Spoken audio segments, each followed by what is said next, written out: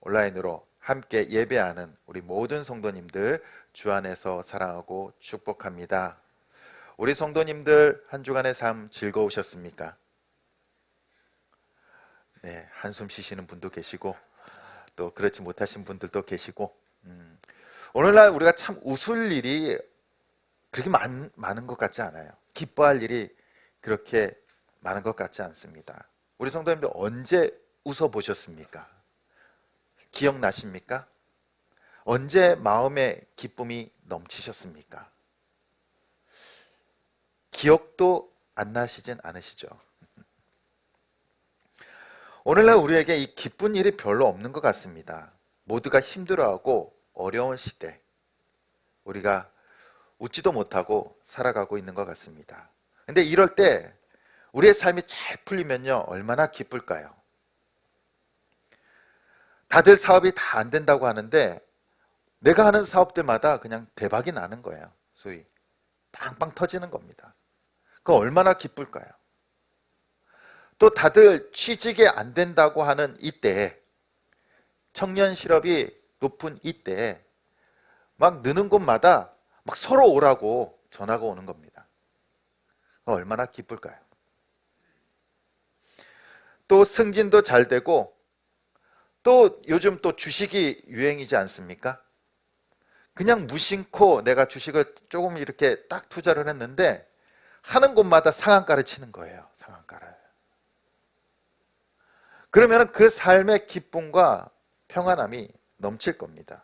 아무런 걱정 근심도 없고 자신감도 막 올라갈 거예요. 삶의 자신감. 그리고 매일매일이 기쁠 겁니다. 근데 사람의 삶이 내 뜻대로 되나요? 이런 일이 더 많을까요? 아니면 안 되는 일이 더 많을까요?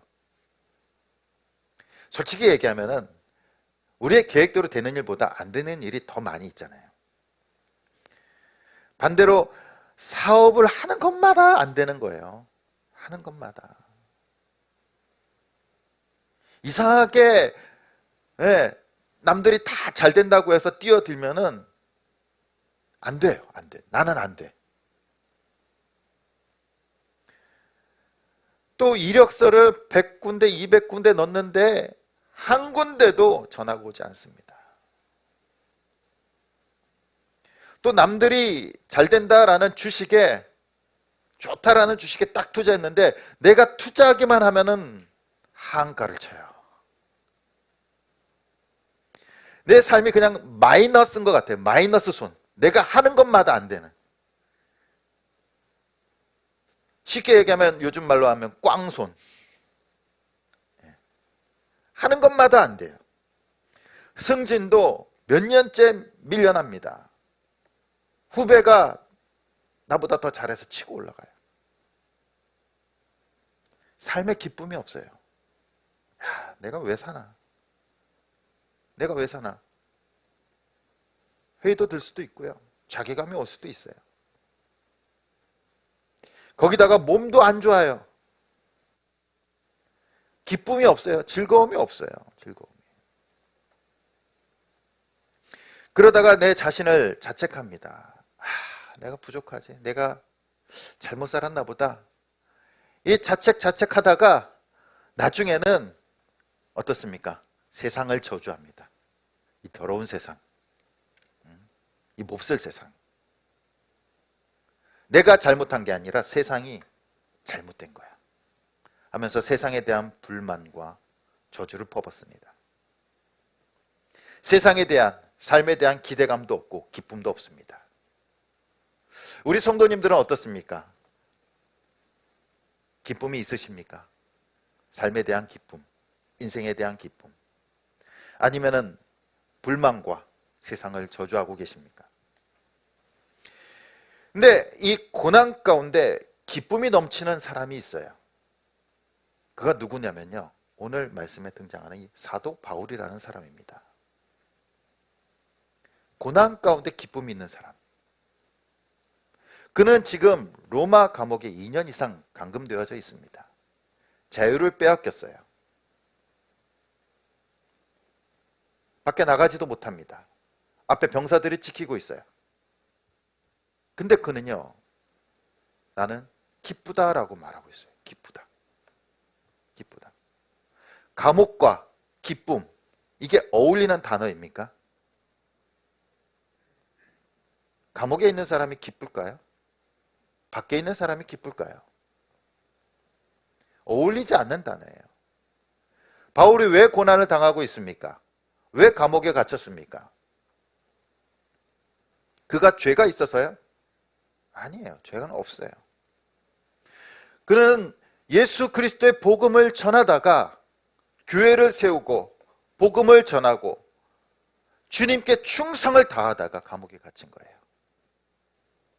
그러면 보통 사람들 같으면은 야, 복음, 예수님 믿었더니 안 되더라. 안 되더라. 이 신앙에 대한 배신감이 올 수도 있어요. 예수님에 대한 배신감이 올 수도 있습니다. 내가 그토록 제대로 먹지도 못하고 제대로 살지도 못하고 내 삶을 다 포기해버리고 주님을 위해서 살았는데 2년 넘게 지금 감옥에 갇혀 있는 거예요.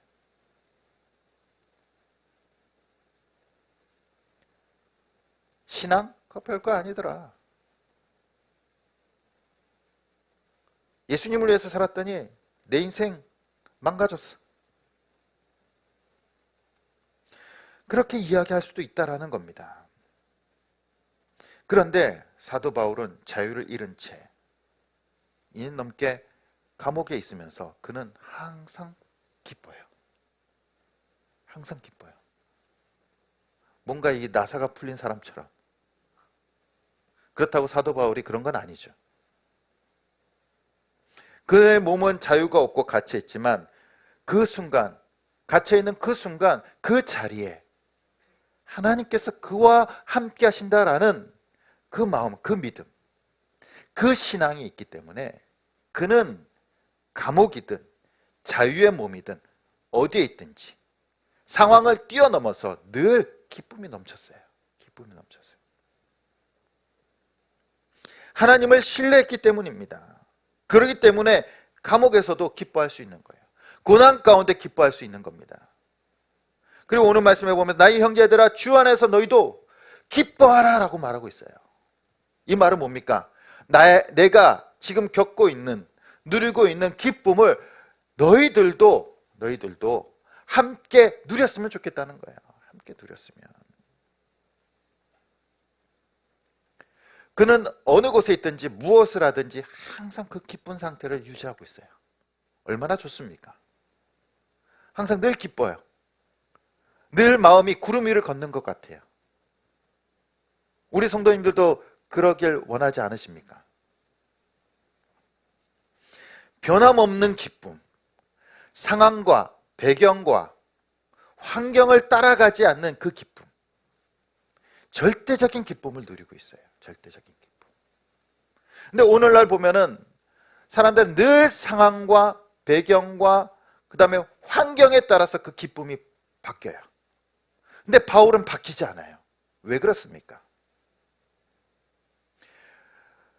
그의 마음은 상황과 환경에 있는 것이 아니라 오직 변하지 않는, 영원히 변하지 않는 예수 그리스도의 복음의 진리에 그 마음이 묶여 있기 때문에 상황에 따라서, 환경에 따라서 변하지 않는 거예요. 그것이 바로 바울이 누리고 있는 기쁨이에요. 바울이 누리고 있는 기쁨. 변하지 않는 영원하신 예수 그리스도에게 자신의 마음이, 자신의 삶이 딱 묶여져 있기 때문에 흔들리지 않은 겁니다. 기쁨이. 그리고 사도 바울은 교인들을 향해서, 빌립보 교인들을 향해서 너희도 그 기쁨을 함께 누렸으면 좋겠다라고 말하고 있어요. 함께 누렸으면. 우리 성도님도 그 기쁨을 함께 누리길 소원합니다. 그런데 빌립보 교회 안에 그 기쁨을 방해하는 자들이 있어요. 방해하는 자들이. 그들이 누구냐면은 유대인들입니다. 기독교인, 유대교 크리스찬들이 아니라 유대인들이에요. 바울이 빌립보 교회를 세울 때, 빌립보 지역에서 전도할 때 유대인들이 그리 많지 않았어요. 그래서 회당도 없었습니다. 회당도 없었어요. 그래서 이방인들 중심으로 복음을 증거하고 교회를 세웠어요. 그리고 나서 수년이 지나고 나니까 이제 그 빌립보 지역에 유대인들이 들어오고 이제 뭐 회당도 지었겠죠. 유대인들이 딱 와서 보니까 빌립보에 교회가 있는 거예요. 교회가 이방인들 중심으로. 그리고 그들이 예수 그리스도를 믿고 하나님의 자녀라고 얘기하는 겁니다. 그것을 딱 들었을 때 유대인들이 들었을 때 야, 대단하다라고 느꼈을까요? 물론 그랬을 수도 있겠죠. 근데 빌립보 교인들이 자기들은 하나님의 자녀라고 얘기하는데 유대인들도 우리도 하나님의 자녀야. 우리는 조상 때부터 아브라함 때부터 우리는 전통적인 하나님의 자녀야. 이렇게 말하지 않겠습니까? 그러면서 빌립보 교회를 딱 보니까 이방인들이 하나님의 자녀라고 얘기하는데 할례를 받지 않은 거예요.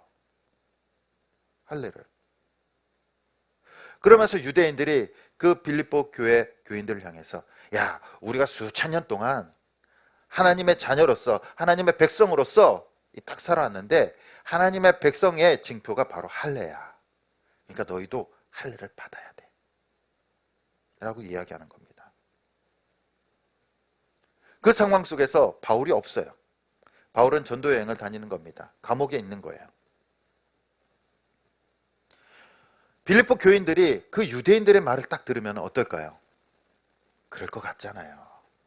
바울과 똑같은 유대인이 와가지고 나는 하나님의 백성이고 수천 년 동안 하나님의 백성으로서 살아온 유대인이야.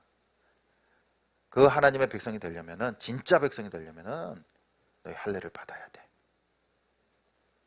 이 말을 듣자 빌립보 교인들이 흔들리기 시작하는 거예요. 분명히 사도 바울은 예수 그리스도께서 우리의 죄 때문에, 우리의 허물 때문에 십자가에서 죽으시고 부활하셨다라는 그 사실을 믿기만 하면은 구원받고 하나님의 백성이 되고 자녀가 된다라고 배웠는데, 유대인들이 와가지고 얘기하는 거 보니까 야, 맞는데 그 할례가 빠졌어. 바울이 놓쳤나 봐. 너희도 할례를 받아야 돼. 그렇게 이야기하는 겁니다. 그러다 보니까 이 교인들 사이에 분열이 일어나고 믿음이 흔들리기 시작하는 거예요. 할례를 받아야 될까? 바울이 얘기한 적이 없는데. 아니, 그래도 같은 유대인들이 얘기하는 거 보니까 그게 맞을 거야. 흔들리기 시작하고 혼란스러워지는 겁니다. 그러면서 유대인들의 말을 듣기 시작하는 거예요. 이 소식을 듣자 바울은 어땠을까요? 이 분노가 치밀어 오릅니다. 내가 없는 사이에 복음이 변질되기 시작하는 거예요. 복음이. 그러면서 유대인들을 강하게 비난하고 있어요. 우리 2절 말씀 함께 읽어보도록 하겠습니다. 2절입니다. 시작. 개들을 삼가하고 행악하는 자들을 삼가하고 몸을 상해하는 이를 삼가하라. 여기서 말하는 개들이 누굴까요? 유대인들이에요. 유대인들은요, 이 개를 굉장히 부정한 동물로 여깁니다. 부정한 동물. 더러운 동물. 그들은 개들을 접촉하는 것조차도 꺼려해요. 바울이 얘기하고 있는 개들은 우리가 뭐 같이 집에서 키우는 그런 애완견들, 이뻐하는 그런 개들이 아니라 이제 밖에서 쓰레기도 뒤지고 또 때로 몰려다니면서 사람을 위협하는 그런 들개들을 말하는 겁니다. 유대인들은 이방인들을 향해서요, 개처럼 취급해요. 개라고 여겼어요. 부정한 사람. 개도 부정한 동물이니까 이방인들도 부정하기 때문에 개로 여깁니다. 개 취급당하면요, 우리가 아무리 개를 사랑하고 이뻐할지라도 사람을 개 취급하면은 기분 나쁘잖아요. 근데 유대인들은 이방인들을 개 취급해요. 근데 오늘 말해 보면은 사도 바울은 걔를 누구라고 얘기합니까? 유대인들이 너희가 이방인들을 부정하다 걔라라고 여기지만 사실상 그 부정하고 걔들은 너희들이라 라고 얘기하고 있는 거예요. 너희들. 유대인들을 향해서. 교회를 위협하는 존재, 진리를 모르는 존재, 자신의 죄를 깨닫지 못하는 존재, 그들이 너희다라고 얘기하고 있습니다. 유대인들은 율법을 지키고 할례 받은 것을 자랑으로 삼았어요. 자랑으로. 그리고 할례를 받으면 하나님의 백성이 되는 줄 알았습니다. 분명히 하나님께서는 그 할례가 하나님의 백성의 징표라고 말씀하셨어요. 할례는 언제 시작됩니까? 아브라함 때부터 시작됩니다. 하나님께서 아브라함을 갈대아 우르에서 불러냅니다. 그리고 자식이 없는 아브라함에게 네가 나를 따라서 내가 가라고 하는 그곳으로 가면은 너에게 자손을 주고 너로 말미암아 큰 민족을 이루겠다라고 약속하십니다. 그 약속을 믿고 아브라함이 고향을 떠나서 가나안 땅으로 들어가요. 근데 20년이 넘게 자녀가 없어요. 그리고 99세 때 하나님께서 그에게 말씀하십니다. 창세기 17장 10절에서 11절에 이렇게 말씀하십니다. 너희 중 남자는 다 할례를 받으라. 이것이 나와 너희와 너희 후손 사이에 지킬 내 언약이니라. 너희는 포피를 베어라. 이것이 나와 너희 사이의 언약의 표징이니라. 아멘. 바로 할례, 남자 생식기의 그 끝을 포피를 잘라내는 것이 너희가 내 백성이 됨의 징표라는 거예요. 표징이라는 거예요. 표시라는 겁니다. 그로 인해서 아브라함의 후손들은요, 다 할례를 거하게 됩니다. 유다 백성들, 이스라엘 백성들은요, 이것을 할례를 함으로써 우리는 하나님의 백성이다라고 여기는 거예요. 이 당시 유대인들은요, 빌립보 교인들에게 악의적으로 하진 않아요. 악의적으로는 하지 않습니다. 고의적으로 하지 않아요. 그러나 그들은 몰랐어요. 그들은 어떻게 얘기했냐면은 할례를 받음으로 하나님의 백성이 되는 줄 그때까지도 그렇게 여기고 있었던 거예요. 그때까지도. 할례의 의미와 정신을 잃어버린 채 단순히 할례만 받으면, 율법대로 살아가기만 하면 하나님의 백성이 된다는 겁니다. 아직까지도 그 생각으로 살아가고 있는 거예요. 아직까지도. 할례를 받으면 하나님의 자녀가 되고 백성이 된다는 겁니다.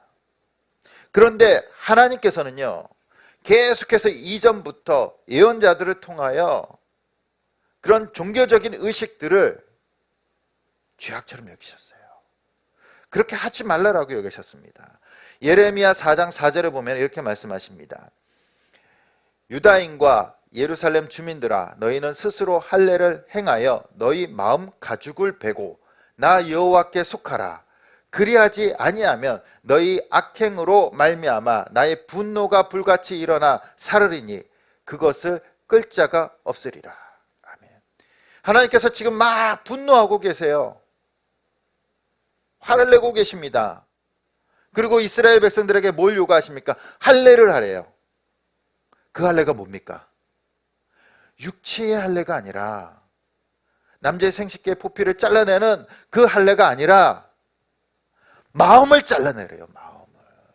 하나님께서 원하시는 것은 단순히 할례 의식이 아니라 마음을 원하시는 거예요. 마음을. 그러나 이스라엘 백성들, 유다 백성들은 아직까지도 마음을 배워내지 못하고 마음의 할례를 하지 못하고 의식적인, 종교적인, 형식적인 할례에 집착하고 있다는 겁니다. 그러면서 그거를 빌립보 교인들에게 가르치고 있는 거예요. 그거를. 우리도 신앙생활 하다 보면요, 유대인들과 같이 이런 종교적인 의식과 형식에 얽매일 때가 있습니다. 잘못된 것인지도 모르고 신앙생활 할 때가 있어요. 우리 성도님들 올 한 해 시작하면서 많은 분들이 이제 신앙의 결단들을 하셨을 겁니다. 올 한 해는 성경을 1독해야지, 아니면 2독해야지, 3독해야지. 그러면서 2월 달이니까 지금 열심히 성경 읽고 계시는 분들 계세요. 그리고 또 올 한 해는 기도를 좀 많이 해야지, 1시간 해야지, 2시간 해야지 결단을 합니다. 또 어떤 분들은 올 한 해는 단 한 번도 내가 주일을 범하지 않으리라, 주일 성수하겠다라는 결단을 하십니다. 하나님이 원하시는 결단이에요. 기뻐하시는 결단 맞습니다. 거룩한 결단이에요. 근데 이것을 실천하다 보면서 그 마음을 잃어버리는 겁니다. 내가 성경 1독하기로 했으니까 하루에 3장씩 아니면 5장씩 읽어야지 하면서 꾸역꾸역 다 읽어요. 또 기도 시간 1시간씩 해야지 하면서 기도 시간 1시간 딱 채웁니다. 하고 나면 마음이 편안하고 뿌듯해요. 예배를 드리고 나면은 마음이 뿌듯하고 편안해요. 하나님께서 분명히 원하십니다. 그런데 우리가 성경을 읽고 기도를 하고 예배 드리는 목적이 뭡니까? 내 마음이 뿌듯하고 편안하려고 한 것이 아니에요. 우리가 말씀을 읽고 기도하고 예배하는 목적은 하나님과 교제하기 위해서예요. 성경 1독해야지, 2독해야지, 기도를 1시간, 2시간 해야지. 그 시간들은 뭡니까? 하나님과 깊은 교제의 시간을 내가 올 한 해는 더 많이 가져야지 하는 그런 목적이 있는 겁니다. 목적이 있는 거예요. 그런 의미가 있는 거예요. 근데 그 의미를 다 잊어버리고요, 딱 시간을 정해서 오늘은 여기서부터 여기까지 딱 읽고 기도하고 예배 드리는 거예요. 성경을 읽을 때는 그 말씀을 통해서 내게 하나님께서 어떻게 말씀하시는지 그 음성을 들을 수 있어야 돼요. 기도할 때도 하나님과의 교제, 하나님과의 깊은 교제가 이루어져야 됩니다. 예배할 때도 하나님을 찬양하고 기도하고 하나님과의 그 내면적인 영적인 교제가 이루어져야 돼요. 그것이 우리가 세운 거룩한 교제의 시간, 목적 아닙니까? 근데 그것을 잊어버리고 사는 거예요. 단순히 성경 1독에게만, 성경 2독에게만, 기도 시간 1시간, 2시간에게만 딱 꽂혀가지고 그 시간을 지키기에 급급하다는 겁니다.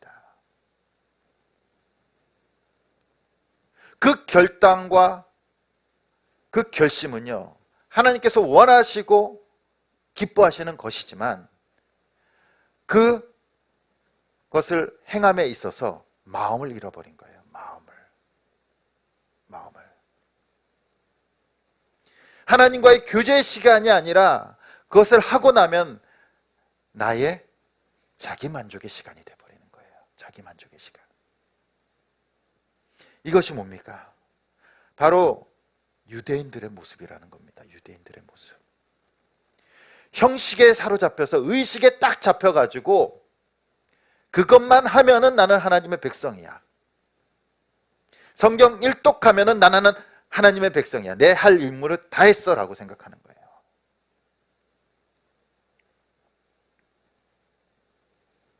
그러다 보면은 성경 읽는 시간이, 기도하는 시간이, 예배하는 시간이, 예배 드리는 시간이 기쁘지가 않아요.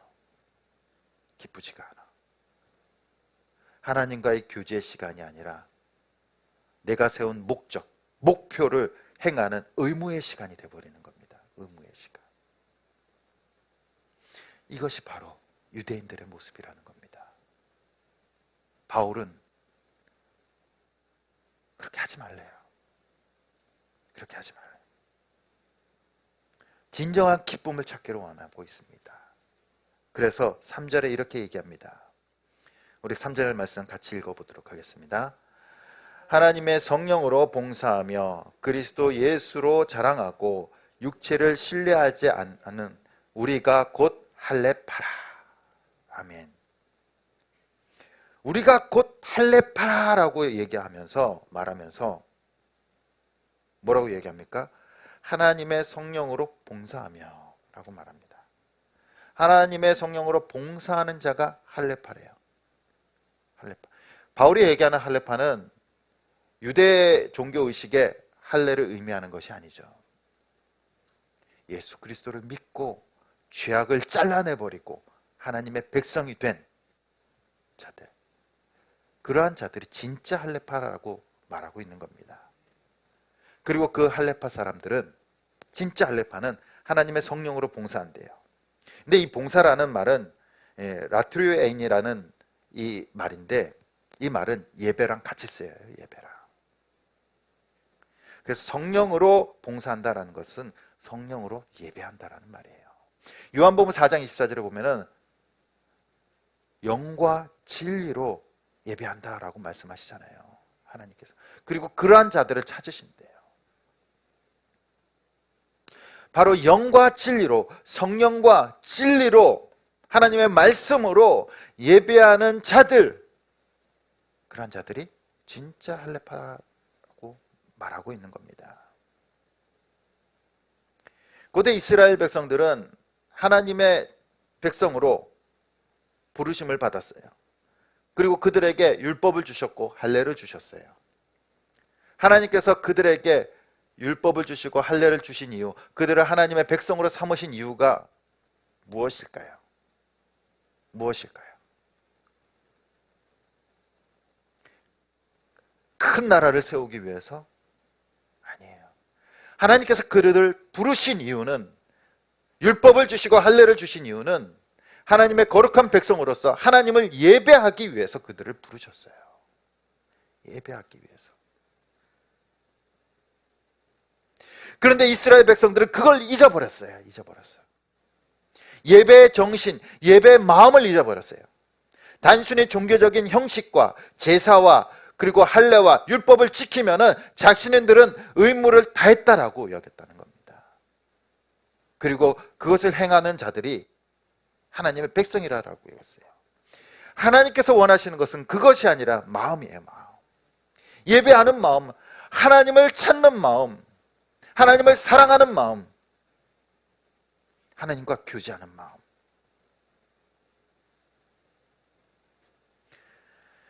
할례 받은 사람이 하나님의 자녀일까요? 아니면은 하나님을 영과 진리로 예배하는 자가 하나님의 자녀일까요?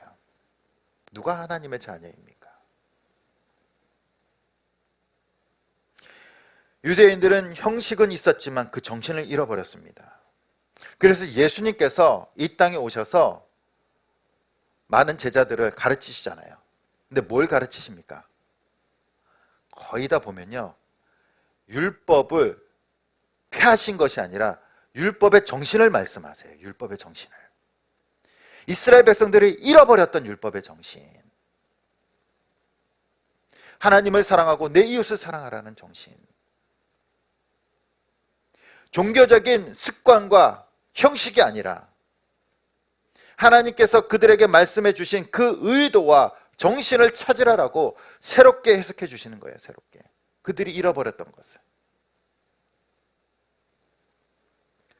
눈에는 눈, 이에는 이로 갚으라라고 했지만 그 정신은 뭡니까? 용서잖아요. 용서.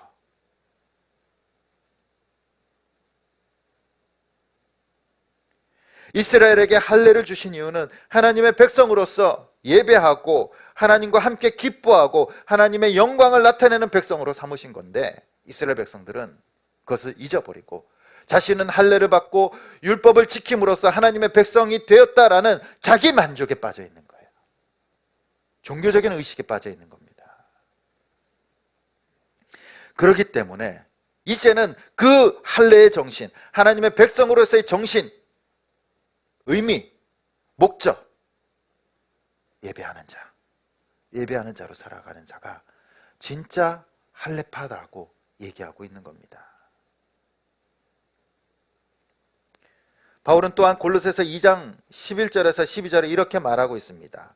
또 그 안에서 너희가 손으로 하지 아니한 할례를 받았으니 곧 육의 몸을 벗는 것이요 그리스도의 할례니라. 너희가 세례로 그리스도와 함께 장사되고 또 죽은 자들 가운데서 그를 일으키신 하나님의 역사를 믿음으로 말미암아 그 안에서 함께 일으키심을 받았느니라. 아멘.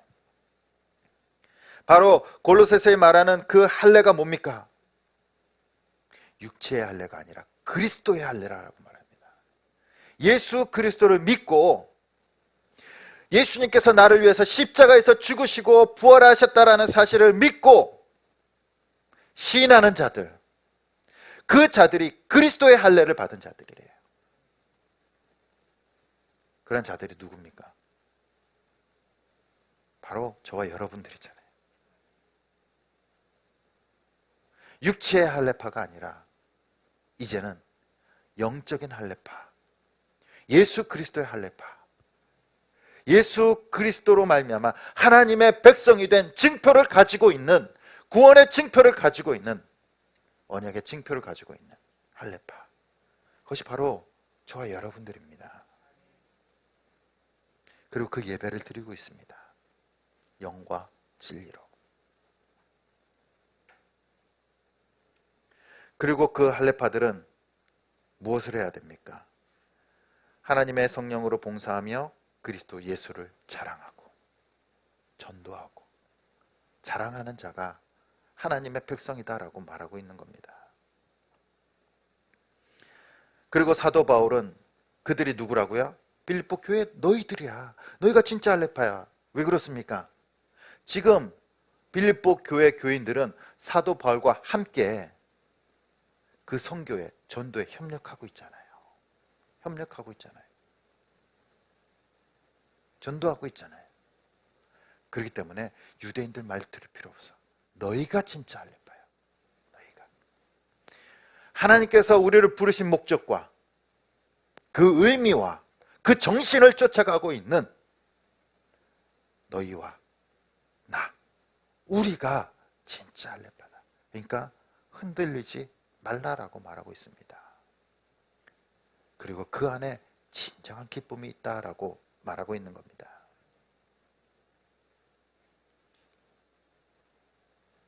우리 사랑하는 성도님들, 오늘날 우리가 기쁨의 삶을 살아가고 있습니까?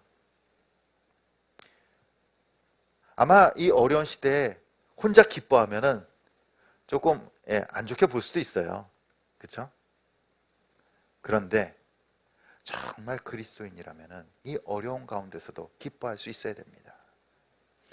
우리가 기뻐할 수 없는 이유가 무엇입니까? 우리가 삶이 날마다 힘들고 지치고 괴로운 이유가 무엇입니까? 혹시 유대인들처럼 형식적으로 하나님의 백성으로 살아가고 있지는 않습니까? 우리가 기쁨을 회복하고자 한다면 바로 예수 그리스도의 복음을 회복해야 돼요. 하나님의 백성으로서의 그 정신과 그 의미를 회복해야 된다는 겁니다. 그것은 바로 예수 그리스도 안에 있어요. 사도 바울이 예수 그리스도의 복음의 진리에 단단히 묶여서 흔들리지 않는 그 믿음으로 날마다 상황과 환경을 뛰어넘어서 기뻐하듯이 우리도 우리 삶 가운데 늘 예수 그리스도와 함께 하나님을 예배하며 전하는 삶을 살기 때 우리에게 하나님께서 주시는 진정한 기쁨이 있는 줄 믿습니다. 정통을 논하는 데 있어서 정통은 형식에 있지 않습니다. 정신에 있는 거예요. 정신에. 당연히 그 정신을 계승한 자가 정통을 이어가는 자죠. 정신을 계승한 자가. 그러한 의미에서 예수 그리스도를 믿고 하나님을 예배하고 또 예수 그리스도만을 전하는, 그리고 주님만을 의지하는 저와 여러분들이요, 진짜 하나님의 백성이고 할례파인 줄 믿습니다. 교회는 복음의 계승자입니다. 그리고 하나님의 백성의 공동체예요. 그런데 교회가 그 복음의 정신, 공동체의 정신, 신앙을 잃어버리고 또한 형식주의, 외적 지상주의가 된다면 유대인들과 같이 기쁨을 잃어버리게 됩니다. 종교적인 형식주의가 되어버린다는 겁니다. 하지만 우리 모든 성도님들은 늘 그 복음의 정신, 하나님의 백성됨의 그 정신과 의무를 우리의 마음에 품고 살아가기 소원합니다. 그 안에 기쁨이 있는 겁니다. 그 안에 상황과 환경을 뛰어넘어 우리의 삶이, 우리의 영혼이, 우리의 마음이 예수 그리스도의 복음에 붙들릴 때 하나님께서 주신, 예수 그리스도께서 주시는 그 평안과 기쁨을 누리게 될 줄 믿습니다. 오늘날 세상은 웃을 일도 적고 기쁨도 사라져 가지만 우리 주천양교회 모든 성도님들은 하나님의 백성으로서, 할례파로서 예배자로 살아가고 예수 그리스도를 전함으로 참된 기쁨을 누릴 수 있는 저와 여러분들이 되시길 간절히 주님의 이름으로 축원드립니다.